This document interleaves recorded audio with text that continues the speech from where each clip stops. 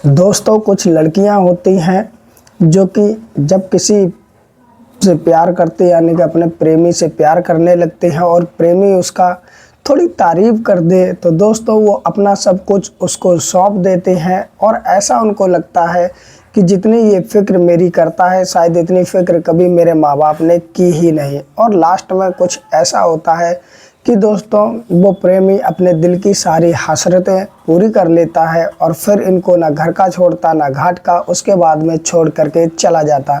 ऐसी ही कहानी है आज के मधु की। मधु भी किसी से प्यार करती है और उसके साथ में हर वो सब कुछ कर लेती है जो नहीं करना चाहिए, और जब वो प्रेग्नेंट हो जाती है तो उसके बाद दोस्तों उसका प्रेमी उसे छोड़ करके दूसरी शादी करने के लिए चला जाता। ये तो रही छोटी सी बात, जानेंगे पूरी कहानी विस्तार से आखिरकार ये कहानी कहाँ की है और ये मधु कौन थी। तो नमस्कार दोस्तों, मेरा नाम मुरली। चलते आज की कहानी की तरफ। दोस्तों, आज की जो कहानी है ये बिहार से है। बिहार में एक जगह पड़ती है गाजीपुर और गाजीपुर के अंतर्गत एक जगह पड़ती है कजीमाबाद। दोस्तों, वहाँ पर एक व्यक्ति रहता है जिसका नाम पंकज होता है। पंकज इंटर पास करता है और दोस्तों लखनऊ में एक बंधन बैंक होती है जिसमें दोस्तों काम होता है लोन वगैरह देने का। 10 महिलाओं को जोड़ करके उनको लोन दिया जाता है और लोन देने के बाद में फिर उनसे वो लोन वसूला जाता है और वो फिर बैंक मैनेजर के पास जमा किया जाता है। ये दोस्तों प्राइवेट बैंक होती है, इसी में वो पंकज नाम का व्यक्ति लग जाता है। इधर दोस्तों एक मधु नाम की लड़की होती है, वो रहने वाली सुल्तानपुर की होती है। वो भी इसी बैंक यानी कि लखनऊ में ये बैंक होती है, लखनऊ में वो भी आ जाती है, उसकी भी ज्वाइनिंग उसी में हो जाती है। दोस्तों, अगर मधु की बैकग्राउंड की बात करें तो मधु के मम्मी पापा जो थे छोटे पर ही ख़त्म हो गए थे। उसकी जो पालन पोषण पढ़ाई लिखाई थी वो सारी सुल्तानपुरी में अपने नाना नानी के यहाँ पर हुई थी और वहाँ पर ही दोस्तों वो पढ़ती थी लिखती थी। धीरे धीरे वो भी इंटर फाइनल कर लेती है। इंटर फाइनल करने के बाद में दोस्तों बंधन बैंक ज़्यादा बड़ी बैंक नहीं है तो इसमें थोड़े पढ़े लिखे हुए भी चल जाते हैं और चलने के बाद वो नौकरी इसमें करने लगते हैं। तो दोस्तों मधु भी आकर के उसी लखनऊ की बंधन बैंक में लग जाती है और उसका जो काम होता है वो GLG रूरल लोन नाम से मतलब इसको दिया जाता है, यानी कि 10 महिलाओं को इकट्ठा करके उनको लोन देना है और उसके बाद में वसूल करके मैनेजर को पैसे देने हैं। यही इन दोनों का काम होता है। दोस्तों ये काम करने लगते हैं धीरे धीरे। दोस्तों काम करते करते उसमें और भी लोग होते हैं, एम्प्लॉयंट होते हैं, काम करते हैं। सबको अलग अलग दी जाती है कि आप यहाँ पर लोन दीजिए, आप इधर दीजिए, सबको क्षेत्र बांट दिया जाता। अब दोस्तों मधु उसमें काम करने लगती, इधर पंकज भी काम करने लगता। समय दोस्तों धीरे धीरे गुजरने लगता। धीरे धीरे 2 ही महीने मधु को गुजरे थे कि उसके बाद में मधु और पंकज के बीच बातचीत होने लगती है। बातचीत जब होती है तो दोस्तों धीरे धीरे इनकी नज़दीकियाँ बढ़ने लगती हैं। नज़दीकियाँ इस कदर बढ़ती हैं कि दोस्तों पंकज जो होता है मधु से बोलता है, उसे चाय वगैरह पिलाता है, उसे धीरे धीरे यहाँ तक कि कहता है चलो आज साथ में खाना खाएंगे। मधु जो होती है वो उसके साथ में खाना खाती है। कहीं ना कहीं दोस्तों पंकज मधु को पसंद करने लगता है और जो मधु होती है वो भी पंकज को पसंद करने लगती है। अब दोस्तों ये अपना काम ख़त्म करके कई कई घंटे बैठ करके साथ में बातें किया करते थे और एक दूसरे के बारे में जाना करते थे। मधु जो थी वो अपनी कहानी बताया करती थी पंकज को कि आखिरकार मेरे मम्मी पापा हैं नहीं और जो मैं हूँ अपने नाना नानी के यहाँ पर पली बड़ी, वहीं पर पढ़ी हूँ। अब धीरे धीरे जब इस तरह की वो कहानी बताती है तो कहीं ना कहीं पंकज भी उससे भावुक हो जाता है उसकी कहानी सुन करके कि आखिरकार एक लड़की है जिसके माता पिता नहीं। और दोस्तों पंकज भी होता है, वो भी अपनी थोड़ी बहुत कहानी बताता है। इस तरह इनकी कहानी चलने लगती, कहीं ना कहीं ये एक दूसरे को पसंद करने लगते हैं। एक समय ऐसा आता है दोस्तों पंकज उसकी ज़्यादा केयर करने लगता है। अभी खाना क्यों नहीं खाया, खाना खा लो, टाइम बहुत हो रहा है। दोस्तों तुम इससे बात मत करो, उससे बात मत करो, इस तरह की बात पंकज करने लगता। तो कहीं ना कहीं मधु समझ जाती है कि ये मुझे चाहने लगा है और आदमी उसी को रोक टोक करता है जिसे चाहता है। कहीं ना कहीं फिर मधु पूछने लगती है कि आखिरकार एक बात बताओ, तुम मुझसे इस तरह की बात क्यों करते हो, मैं किसी से भी बोलूं, किसी से कुछ कहूं, तुम्हें इससे क्या फ़र्क पड़ता है? तो पंकज कहता है मुझे फ़र्क पड़ता है। मधु हालांकि जान चुकी थी कि कहीं ना कहीं इसके दिल में मेरे लिए जगह है, इसीलिए रोक टोक करता है। लेकिन लड़कियां अक्सर होती ही ऐसी हैं जो अपने मुंह से कुछ नहीं कहते, सामने वाले से सब कवाना चाहती हैं, और मधु भी यही कह रही। फिर मधु कहती क्या दिक्कत है बताओ ना। तो पंकज खुले शब्दों में कह देता हूँ कि मैं तुमसे प्यार करने लगा हूँ, मैं तुम्हें बहुत चाहता हूँ, और जब तुम किसी और से बात करती हो तो मुझे जलन होती है, इसलिए मैं चाहता हूँ कि तुम मेरे अलावा किसी और से बात मत किया करो, बस मतलब भर बात किया करो। दोस्तों जब इतनी बात होती मधु मुस्कुरा देती है। मुस्कुराने के बाद में दोस्तों जो पंकज होता है उसके गले लग जाती है। लगने के बाद में अब दोस्तों इन दोनों का इजहार हो जाता है और प्रेम प्रसंग अच्छी तरीके से चलने लगता है। अब समय के साथ साथ समय बढ़ने लगता है। अब ये लोग बंधन बैंक में जब तक इनका काम का समय होता था काम करते, उसके बाद में दोस्तों अब लखनऊ में ना तो मधु के घर वाले थे ना ही पंकज के घर वाले थे, इसलिए ये दोनों घूमा करते थे, फिरा करते थे, और उसके बाद में बाहर जाके खाया पिया करते थे। समय गुजरने लगता है, इन दोनों के बीच में इतना प्यार बढ़ जाता है कि अब पंकज मधु को बाबू करके बात करता था, यानी कि उसका नाम ही नहीं लेता था। बाबू ये बात, बाबू वो बात, बाबू खाना खाया कि नहीं, बाबू समय ज़्यादा हो रहा है सो जाओ, यानी कि इतना हक जमाने लगा कि शायद आज के समय में पति पत्नी भी इतना हक नहीं जमाते होंगे। मधु कहीं ना कहीं अब पूरी तरीके से पंकज के रंग में ढल चुकी थी, पंकज को चाहने लगी थी। अब दोस्तों इन दोनों बीच में शादी तो हुई नहीं, लेकिन जब ये साथ में रहने लगते हैं तो कहीं ना कहीं इनकी जो शारीरिक इच्छा होती है वो भी जाग जाती है। पंकज मधु से कहता है तो मधु भी राजी हो जाती, तैयार हो जाती है। जब इन दोनों के बीच में संबंध बनता है तो दोस्तों मधु को वो आनंद आता है पहली बार में कि दोस्तों वो शब्दों से बयान नहीं कर पाती, और उसके बाद में दोस्तों वो चिपक करके पंकज के गले लग जाती है। उसे ऐसा लगता है कि शायद यही सब कुछ है दुनिया में और कोई नहीं है मेरे लिए। दोस्तों वो अपने आप को पूरी तरीके से पंकज को सौंप देते, और जब एक बार ये संबंध बनते हैं तो दोस्तों यकीन मानिए फिर ये रुकने का नाम नहीं लेते। ये दोस्तों अपना काम किया करते थे, उसके बाद सीधा घर आते थे, खाते पीते थे, फिर प्यार मोहब्बत की बात हम डूब जाते थे, संबंध बनाते थे। अब ये आए दिन का काम हो गया था, और ये दोनों लोग क्या करते हैं फिर एक ही कमरे में रहने लग जाते हैं, और रहने के बाद में दोस्तों जब इनकी दिल की इच्छा होती थी ये संबंध बनाया करते थे। अब समय दोस्तों धीरे धीरे गुजरने लगता है। गुजरते गुजरते एक समय ऐसा आ जाता है कि दोस्तों मधु कहीं ना कहीं प्रेग्नेंट हो जाती है। जब ये आए दिन का काम हो जाता है तो मधु जायज़ बात है, प्रेग्नेंट होना ही था, और वो हो भी जाती है।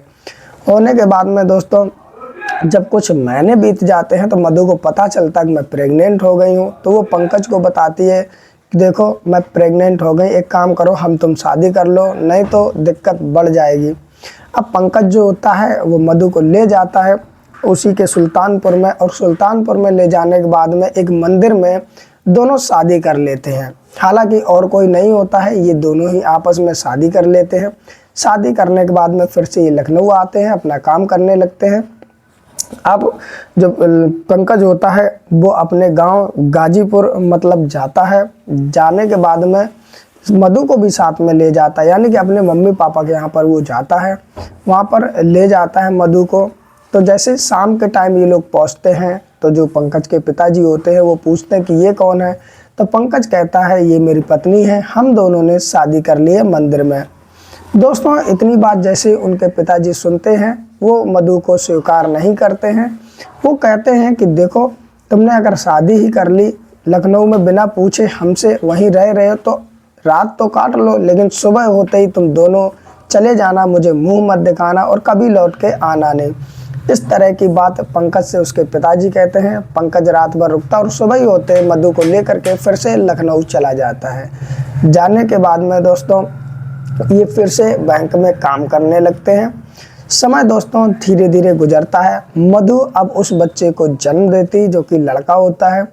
दोस्तों वहीं पर जन्म देने के बाद में अब ये पति पत्नी की तरह रहने लगते हैं दोनों, और समय धीरे धीरे गुजरने लगता है और दोनों ही लोग बैंक से काम करते हैं। अब दोस्तों जब कुछ समय बीत जाता है तो जो पंकज होता है उसके घर वालों का फ़ोन आने लगता है। पंकज कहता है कि बताओ मधु से क्या करें, बात करें या ना करें। तो मधु कहती ठीक है तुम बात कर लो अपने मम्मी पापा से, मैं नहीं रोकूंगी। अब दोस्तों उसके मम्मी पापा के और पंकज के बीच में बातें होने लगती हैं। दोस्तों कभी कभार मधु भी बात कर लेती थी और ज़रूरत पड़ने पर मधु से उसके घर वाले डिमांड भी कर देते थे, तो मधु वो चीज़ें भी दिला दिया करती थी उनके घर वालों को। समय दोस्तों गुजरने लगता है। अब मम्मी पापा और पंकज के बीच में क्या बातें हो रही दोस्तों, ये मधु को नहीं पता था। यहाँ से चालू हो जाता है दो रस्तों वाला खेल कि पंकज एक तरफ मधु को दिलासा दिलाता रहता है कि तुम मेरी हो, और एक तरफ मम्मी पापा के कहने पर चलने लगता है। ये आपको आगे कहानी में समझ में आएगा। लेकिन मधु को आज भी यकीन नहीं होता है कि पंकज मेरे साथ धोखा कर रहा है। अब दोस्तों होता ऐसा है कि ये बातचीत करने लगते हैं। घंटों के हिसाब से पंकज जो होता है अपने मम्मी पापा से बात करता है।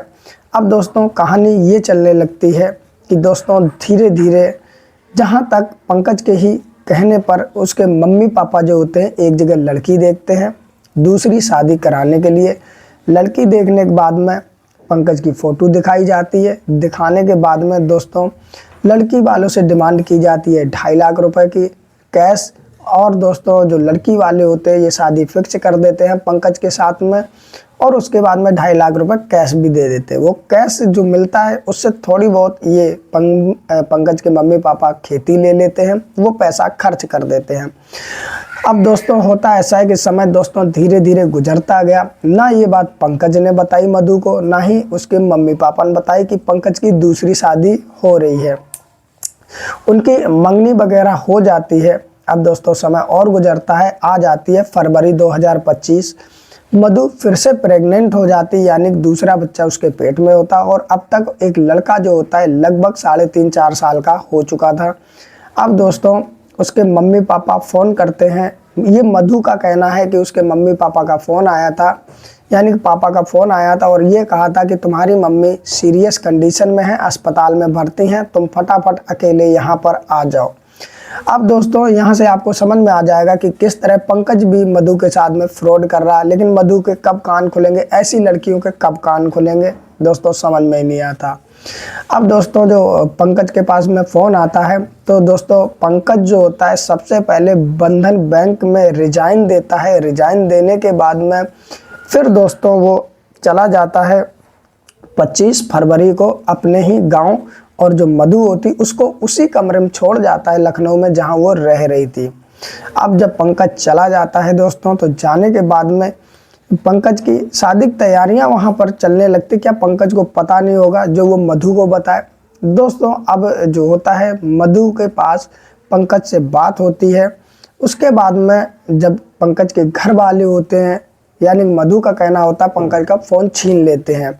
अब मधु से बात भी करने नहीं दी जाती है। धीरे धीरे दोस्तों समय गुजर जाता है 2 महीने गुजर जाते। मधु बहुत ज़्यादा परेशान हो जाती है। जिस कमरे में रह रही थी किराए पर दोस्तों वो किराया मांगता है।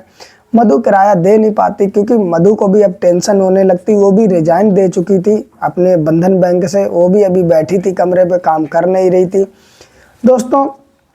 इसलिए अब मधु को कहीं ना कहीं शक हो जाता। एक दिन रात में 1 बजे पंकज फ़ोन करता है मधु के पास में और कहता है कि बाबू मेरे घर वाले मुझे बहुत प्रताड़ित कर रहे हैं, मेरा फ़ोन छीन लिया और मुझसे कह रहे अगर तुमने घर से कदम भी निकाला तो मैं अपने आप को ख़त्म कर लूँगा। ये मम्मी पापा मुझे इस तरह के मुझे ब्लैकमेल कर रहे हैं, इसलिए मैं आ नहीं सकता हूँ। इस तरह जब पंकज बोलता है तो मधु फिर से उसकी बातों में आ जाती है और पंकज इतना बोल करके फ़ोन काट देता है और ये भी साथ में कहता है कि मेरे मम्मी पापा दूसरी शादी करा रहे हैं, अगर मैं नहीं करूँगा तो ये अपने आप को ख़त्म कर लेंगे, इस तरह की मुझे धमकी दे रहे हैं। अब दोस्तों जब मधु को जब पता चलता है तो मधु फिर से पंकज के गांव जाती है।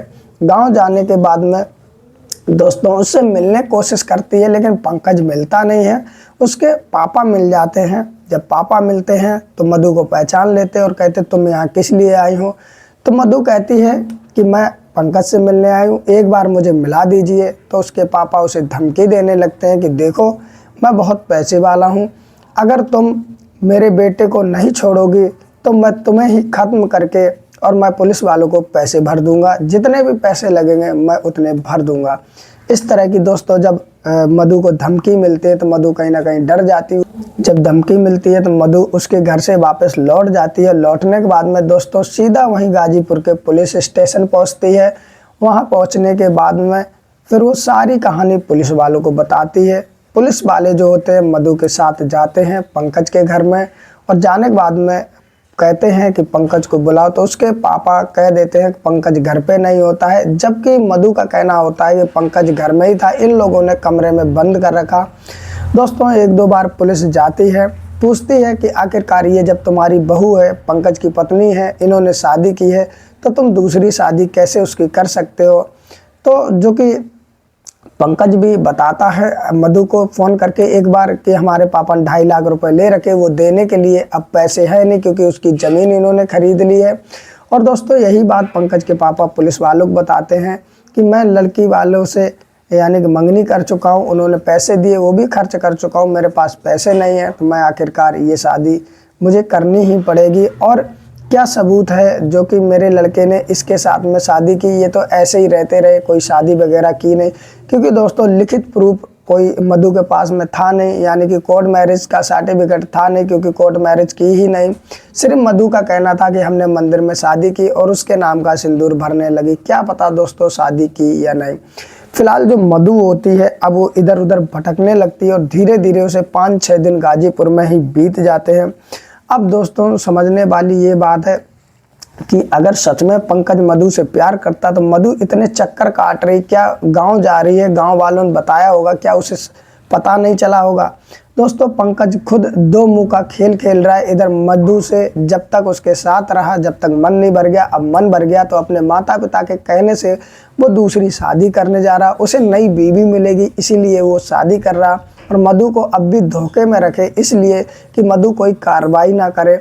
और दोस्तों उसे इमोशनल ब्लैकमेल करता रहता कि मेरे मम्मी पापा ये कह रहे, ये कर लेंगे, वो कर लेंगे, जिससे मधु कुछ उसके खिलाफ करे ना। तो दोस्तों लेकिन मधु को अभी तक ये समझ में नहीं आया कि पंकज उसे धोखा दे रहा, उसका मिसयूज कर रहा था। दोस्तों उसका एक बेटा 4 साल के आसपास का है और दूसरा उसके पेट में यानी प्रेग्नेंट है, बच्चा उसके पेट में है। आखिर अब मधु कहाँ जाएगी। ऐसी लड़कियां कुछ भी कदम उठा लेती हैं और कदम उठाने से पहले सोचती नहीं कि आखिर उसका अंजाम होगा क्या।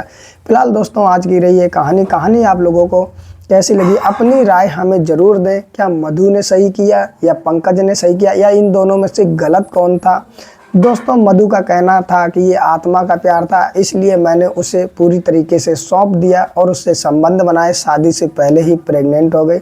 हालांकि लोगों का कहना ये है कि दोस्तों ये प्यार व्यार कुछ नहीं होती, ये शारीरिक भूख होती है और इसमें जो सुख मिलता है उसके चलते ये सब कुछ करते रहते हैं और आखिर में जब फंस जाते तो यही होता है। तो दोस्तों आपकी जो भी राय हो हमें कमेंट में बताना, और दोस्तों कहानी अच्छी लगी हो तो एक लाइक करना और चैनल को भी सब्सक्राइब कर लेना, जिससे हम आपके लिए वीडियो लाते रहें। अगर दोस्तों आप ये कहानी फेसबुक पेज पर सुन रहे हो तो लाइक करके फॉलो कर देना। फिर मिलते किसी और कहानी के साथ, तब तक जाते जाते इसको शेयर करना। फिर मिलते किसी और कहानी के साथ। नमस्कार।